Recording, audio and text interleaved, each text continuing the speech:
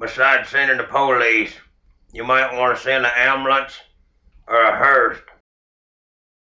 Hello, Billy Ho here, coming at you. 2023 Farmers Insurance Open, leg two of the West Coast Swing, and we are headed to La Jolla, California, right around San Diego area. Torrey Pines North and South courses. The South course is the main course.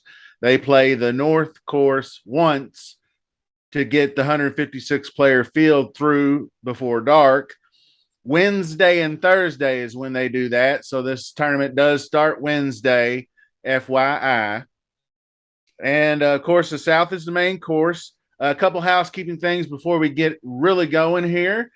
Subscribe to the channel, obviously, Billy Ho Sports. Follow me on Twitter at Billy Ho Sports. Smash that like button. Join the contest. 50 players, top two paid, $2 entry. Links in the description for everything, and I'll always post them in the contest or in the comments, whatever you call that shit. um, and the article I've been working on, I do one for NFL and PGA, and it's really looking good. It's coming together nicely. I got pretty pictures of the golf course, and I break down some players, and I'm kind of narrowing it down on the preview side to a top 10 type of list and giving you some guys to look at, and then maybe some others. I'm not giving you players to play. I'm just giving you some guys, and I'm trying to maybe put some guys out there to get you looking. It's a 156 player field. You can't go through and research that many players. It's impossible unless you want to put 20 hours a week in going through golfer profiles. So I throw out players, and then that way it maybe ticks a bell that you weren't thinking about, and then you can go look at that player and say, and you can confirm what I'm doing, or you can do the opposite. Well, I'm not seeing what he's seeing. So anyway, I believe that's all. Check out the article. I'm going to post all this in Twitter if you follow me on Twitter. So basically, going back to the course, polar opposite of the Amex, a lot more difficult track, obviously, narrow, long. Last year's winner, Luke List, ran down Will Zalatoris and beat him in a playoff. The weather looks good, just like it is this week. It's chilly in the AM, mid 40s, mid 60s afternoon. Marine layer, you'll hear that 1,000 times. So in the morning time, they have what they call the marine layer, and it's when like the clash creates a fog across the bay, and it moves into the course. It creates visibility problems. We might have delays. You never know. Keep an eye on that.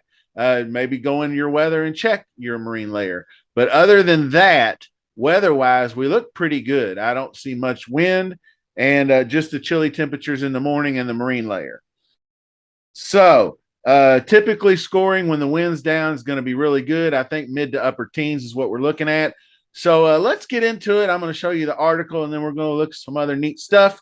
So let's get started.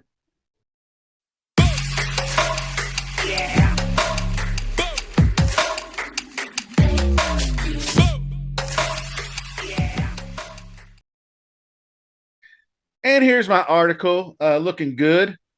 Welcome to Billy Ho. We always keep grinding. I had to post that grinded over Davis Thompson last week. Had him in my lineups, and just I don't know how I talked myself out of it. Be honest with you, but I did it to myself. I got nobody to blame but myself. So trust your gut sometimes, people.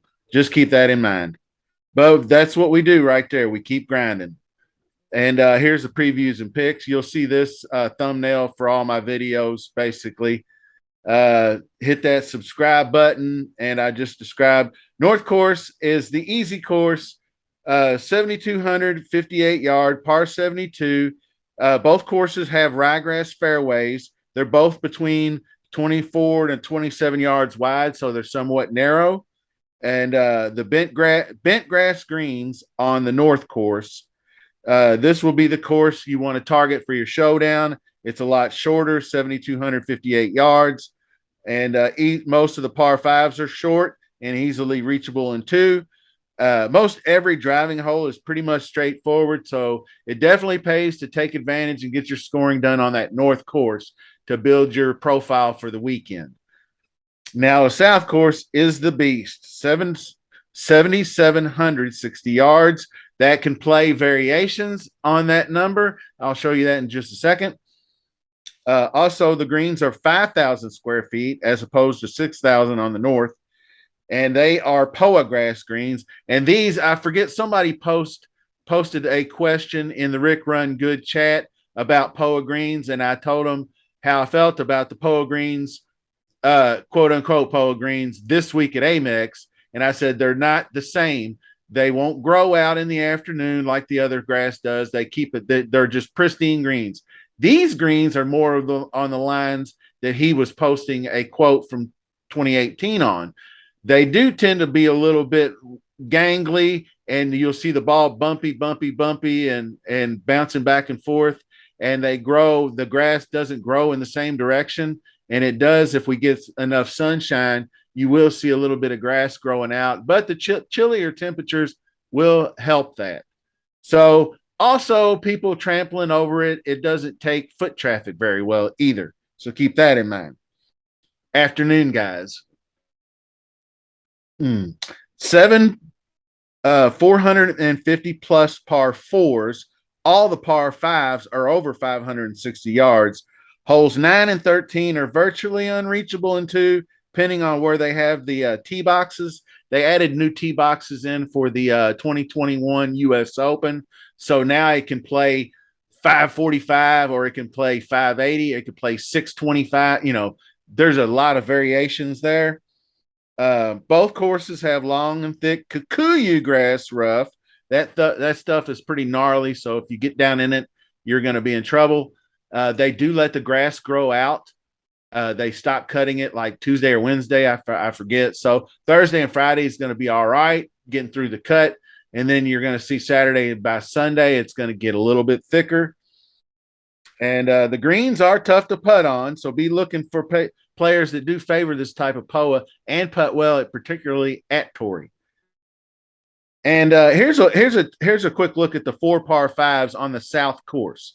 So alternate tee boxes, these par fives can play different distances. Like hole 6 can play 570. It could play 545. There's tee boxes all the way up, so it can move around. Hole 9, this one was 593. It can play at different distances. This one is more consistent than the other ones, and I do believe this one is the one with the path going across it, so you can almost outdrive these bunkers. You have to watch the bunkers. They're definitely in play. They had bunkers guarding fairways perfectly. So if you find these bunkers, it's an auto layup. But if you find the fairway, you can almost go for 2, and even on the long ones, you can get up there. See, I believe this was I forget, it was Montgomery or somebody, a big hit. One of the big hitters could get up here in 2. 609, that could play farther. 560, obviously play farther. Let's get over to, and we're going to go over some key stats here momentarily. But obviously, I told you about the 2021 US Open, and you can kind of take that into account if you want to. That I'm good with that. But we have the field loaded here, and of course, John Rahm. You got guys like John Rahm, Finau, Xander, Monty, Willie Z, who almost won last year. All good players. So getting home into on par fives is important, obviously. The key stats are, and this is Rick Run Good's site, and they had, of course, going for the green. Obviously, that makes it. These are really specified stats, but the ones I like are distance off the tee, and or good drives or fairways gained. Par 5 scoring is obviously huge. Long approaches from 175 to 200. Of course, these are the distances for the 200. Like going for the green and 2. Greens gain, GERS. Strokes gained around the green, crucial.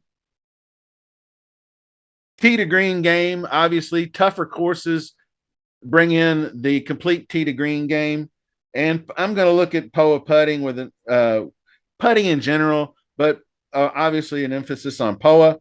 And of course, you need to plug in all your stats like opportunities gained, birdie or better, DraftKings scoring, fantasy scoring if you play another site. So stuff like that. And let's get into some players. This is just a quick look. This is almost like a recent form look. Uh, so right here we have off the tee, of course, Ron Finau Montgomery looking good. Thomas Dietrich looking good. There's some other guys over here that I wanted to look at from the article. I wanted you all to see this down here.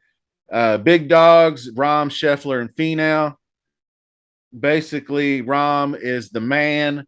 Of course, we're not finished with the Amex just yet, but he's currently at the top of the leaderboard. And he should be priced up. If DraftKings prices him at like 11K flat, that's probably where he's going to be priced. They're getting soft like baby shit. Just like FanDuel did. That's why I quit playing on FanDuel, because their pricing got so damn soft. That's probably why I've been having trouble really cranking up my cash outs on some of these lineups, is because of the soft ass pricing, and everybody can make a lineup. Anybody can do whatever they want now. If they made the pricing tougher, it would make better players, win the money. So, you obviously got to get new business. So I understand where they're coming from a financial standpoint. But Rom, 40% own, fade him at your own risk. He's tearing up the Amex. So perfect fit for Torrey. He hits that power fade off the tee, and a lot of the driving holes are either straight or they're dog legged, and most of them are kind of dog leg right, so you can cut off trees and whatnot. And obviously, Tony Finau is very similar in that mold. And these don't pay any attention to this pricing, because it's not the prices they're going to be at, and it's just last week's pricing that was left in there. So ignore that for now. I'll update it obviously when the real pricing does come out. And obviously, Xander back. He's back. LOL. The back looks good. It seems to be behind him, the injury. And he is a local boy from San Diego, went to San Diego State. You'll hear that. It took him 4 years to make the cut here. And it created kind of a narrative where he was having too much pressure putting on himself, maybe for family obligations, getting tickets, media obligations, going on maybe local sports reporters and whatnot. So I don't know, but he's past that. He's a much more mature player. He had a T2 recently out here, so he's a threat to win, I believe, in my opinion. So Xander is looking good. These are the top players, and in my opinion, I think they'll all be well above 5 figures. And then you got your next guys down, the contenders, and I got Willie Z listed first, because he was the one that lost in the playoff, and he had a 5-shot lead, and he was just kind of cruising along fairways and greens, and Luke List ran him down. So he's chasing some low scoring at the Amex.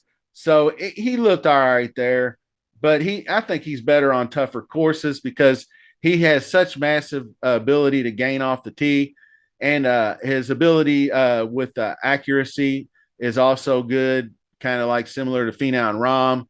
He would probably need to gain 4 to 5 strokes on approach to really contend for the W, or putt well like he did, I think, 2 years ago. So 2021, he gained over 2.5 strokes. He gained massively ball striking in 2022 when he lost in the playoff. Another guy, obviously, Max Homa is the man, new baby, swag, and all that good stuff. He's missed the cut on the number last year, but the driving accuracy was the problem. I think he only hit 45% fairways in round 2. So that'll miss you a cut if you're not careful. The previous 2 years, he had good results, T18, T9. He plays great. He loves the West Coast, and he has all the tools to win here. So I like him. Sungjae M, you wouldn't think would be a great fit here. I always think of him more as the Florida Bermuda type of guy, but he has improved his finishing position every year here, and he's looking really good at the Amex right now. So he bounced back from that miscut at Sony. T6 last year, T32, T36. You can see where the improvements are made. It's a good setup for him off the tee. So I like that because he kind of hits the same, and he hits that consistent fade with the irons as well. So I think he got a good warm up at the Amex to begin the Cali swing for him. So I like him to contend. Justin Thomas, he's always a contender based on his talent alone. Elite approach game, obviously. His issue, obviously, if everybody knows or follows golf, putting, he has been really awful about going on 6 months now. But he was pretty good before that. Gained positive in 11 of 13 events, beginning with the last year's 2022 Tournament of Champions. And he obviously won the PGA Championship last year. And the good news is POA is his best surface.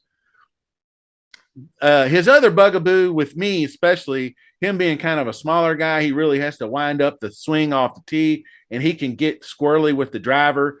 His accuracy can be terrible sometimes. He can really spray it like he did at Tournament of Champions. Even at those wide open fairways, he lost 3.5 strokes off the tee. So if he can find some fairways and not bleed too many strokes putting, he's got a good shot at a top 10 or better. The other guy that has some flaws, Colin Morikawa, elite ball striking, as we know, hit and miss on the greens. He can gain 4 one week and lose 6 the next. He is a slight positive on POA, and he is a bit struggle bus around the greens, which could be concerning here. But he is so good with the ball striking. You know, he might be, if his greens in regulation, if he leads the field in greens in regulation, he's got a shot at the top 5. He finished T4 when the course played a lot tougher and played all 4 rounds on the South course in 2021 at the U.S. Open. Last guy in the contenders category is Taylor Montgomery. I know it doesn't look like he'd fit here with the rest of these guys, but dude has been so good since the last fall. I mean, he has been outstanding. T11 last year too. That's what convinced me to put him on the list. I said, well, he got a T11 last year, +5, almost 5.5 putting. He did lose 3 on approach. So that's the problem. We don't know when that putter is going to let him down, but you got to almost keep playing him, ride him till he bucks you. I mean, you've gotten how many rounds out of it? This is the Holy Grail. This is kind of a more recent form. And obviously, Rom, you can play with this if you're a member of the Rick Run Good like I am. It'll give you more filters. You can do POA putting and all that kind of good stuff. It's a cool site. Thomas Dietrich, actually the Euro guys, I think I'm going to take a deeper look at. Guys like Dietrich, Dean Burmeister, Kurt Kitayama, Callum Tarrant. I think I'll have some interest in those guys. So recent form, Hayden Buckley. I think he might be he's long off the tee. I'm not really sure what his course history looks like, but we'll dive deeper into that. I just wanted to toss out, this is a course preview. So I hope you enjoyed it. That's all I got for you so far. Be on the lookout for the DraftKings show coming maybe tomorrow, since we got a Wednesday start. So until the next video, we'll see you soon. Thanks for watching.